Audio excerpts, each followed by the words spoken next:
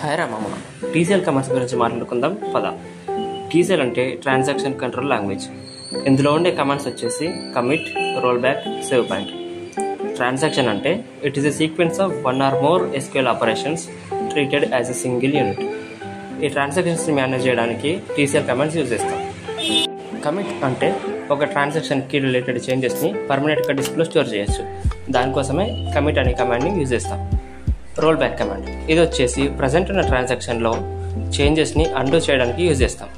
డేటాబేస్లో ప్రజెంట్ చేస్తున్న ఆపరేషన్స్కి ముందు ఎలా ఉండేనో డేటాబేస్ అనేది అట్లా రివర్ట్ అయిపోతుంది. Next save point. ఇది ట్రాన్సాక్షన్లోని క్వెరీస్ని పార్ట్స్గా డివైడ్ చేసి వాటిని డిఫరెంట్ నేమ్స్తో చేంజ్ చేయవచ్చు. అంటే ఒకటే ట్రాన్సాక్షన్లోని క్వెరీస్ని పార్ట్స్గా చేసి సేవ్ చేయడం అన్నమాట. ఇది మా ఎస్క్యూఎల్లోని కమెంట్స్ గురించి.